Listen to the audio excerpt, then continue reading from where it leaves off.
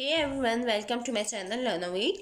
Today we will going to discuss the second part of the video that was about the summary of cranial nerves, and in this video we will going to discuss the cranial nerves from the cranial nerve 7 till the cranial nerve 12, that is the last cranial nerve that passed from the middle cranial fossa. So now we will going to discuss the seventh cranial nerve. As we all know that seventh cranial nerve is a facial nerve. The facial, as its name says, it's supplied to the face and the area or the muscles of the face. So it gives the brachial motor branch, that is the efferent branch, that is supplying to the muscles of facial expression, that are the orbicularis oculi, the zygomaticum major, minor, risorius or oris, or all the muscles of facial expressions plus the platysma.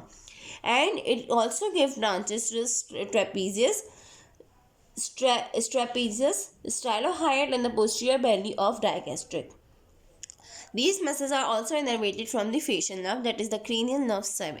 After innervating these muscles, it gives another branch that is called as the intermediate branch, or you can say the sensory branch of the facial nerve. From the sensory branch of the facial nerve, there will be a supply to the glands, the special sensation to the anterior two-thirds of the tongue. The taste sensation on the anterior two-thirds of tongue is coming from the sensory innervation of the facial nerve. The second is the somatic sensory, that is the afferent branch to the part of the external acoustic meatus and the deeper part of the auricle. The visual motor to the viscerals, or you can say the secretomotor fiber to the glands, that are the salivary glands, the lacrimal gland, the parotid gland, all the glands that are present in the oral and the nasal cavities.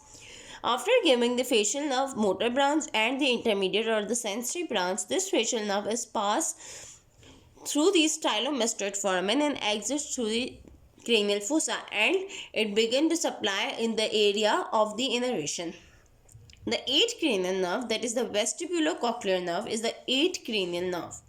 The vestibulocochlear nerve, again, it's coming from the anterior lateral to the brainstem, similar to the facial nerve, and this vestibulocochlear nerve having the two parts, the vestibular part and the cochlear part. The vestibular part is mainly for the balancing and the cochlear part is for the hearing.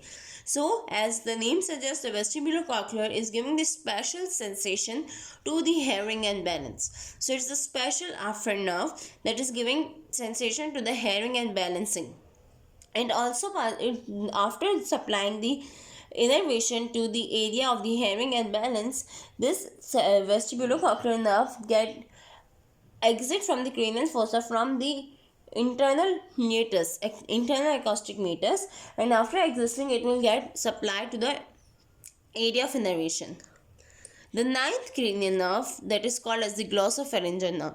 The ninth cranial nerve is most important cranial nerve because it has a wide range of supply, as it giving the motor, general sensory, general afferent, general efferent, all the branches, brachial, efferent, special sensory, all the coming from the glossopharyngeal nerve.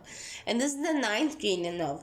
The glossopharyngeal nerve is coming from the anterior lateral to the brainstem, but as several rootlets. When these several rootlets merge to form a single nerve, that will form a glossopharyngeal nerve. And the glossopharyngeal nerve gives special sensory supply to the posterior one-third of tongue. The anterior one-third of tongue was supplied from the facial nerve. The posterior one-third of the tongue, the sensation of taste, is supplied from the glossopharyngeal nerve. The other branch is somatic sensory, that will supply the posterior one-third of tongue and the muscles of the oropharynx, middle ear, and the pharyngotympanic tube, and etc. Brachial motor, that is a brachial efferent branch to the stylopharyngeal muscle. The visual motor is to the parasympathetic and secretomotor to parotid gland, as this glossopharyngeal nerve is carrying the presynaptic parasympathetic fibers for the aortic ganglia that will supply to the parotid gland. The other branch is the visual sensory branch, that is coming from the carotid body and the carotid sinus that is present in the carotid sheath. The other thing we should know about the glossopharyngeal nerve is that it exit from the cranial fossa through the jugular foramen. The jugular foramen is an extension or foramen in the norma basalis, through which the glossopharyngeal nerve exit through the cranial fossa. The 10th cranial nerve. The 10th cranial nerve is the vagus nerve. The vagus nerve is just similar to the glossopharyngeal nerve, as it passes somewhat inferior to the glossopharyngeal nerve and courses the same route. As compare the several rootlets that merge to form a vagus nerve, and this 10th cranial nerve, the vagus nerve, also have many afferent and efferent supply to the innervation to the muscles and the sensation.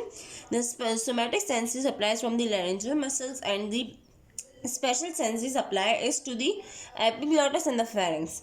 The taste on the area of the epiglottis and pharynx is supplied from the vagus nerve. The innervation of the brachial motor is to the muscles of pharynx except the stylopharyngeus. This stylopharyngeus is supplied from the glossopharyngeal nerve.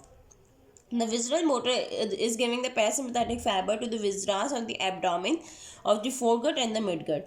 The visceral sensory is from the thoracic vertebrae and the abdominal part of the midgut, and the chemo and the baroreceptor, that is the aortic and the carotid sinus.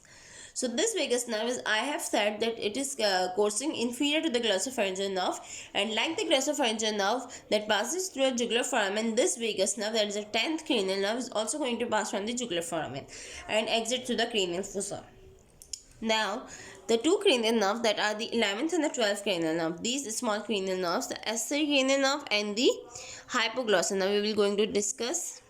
So the 11th cranial nerve, that is the accessory nerve, is the exceptional nerve that is not coming from the brain stem. It is coming from the 5 lower segments of the cervical vertebrae. From the cervical segments of the 5 lower vertebrae, this nerve get emerged, and from this nerve is only giving a brachial motor, that is the brachial efferent innervation to the sternocleidomastoid and the trapezius muscle. And this nerve is also very vulnerable to injury as it passes superficial in the posterior triangle of neck. So this nerve is going to pass from which foramen? The foramen magnum, and also it is going to pass with the foramen jugular, with the vagus and the glossopharyngeal nerve. So the accessory vagus nerve, that is the 11th cranial nerve, is only giving the one motor branch to the trapezius and the sternocleidomastoid. The 12th cranial nerve, that is the last cranial nerve, is the hypoglossal nerve. The hypoglossal nerve is name suggests the glossus means the tongue, so it's also giving one branch, that is a brachial motor, or you can say the efferent branch, the muscles of the tongue. All the muscles of the tongue are supplied from the hypoglossal nerve, whether intrinsic, whether extrinsic. They are supplied from the hypoglossal nerve. There is a 12th cranial nerve except the platoglossus.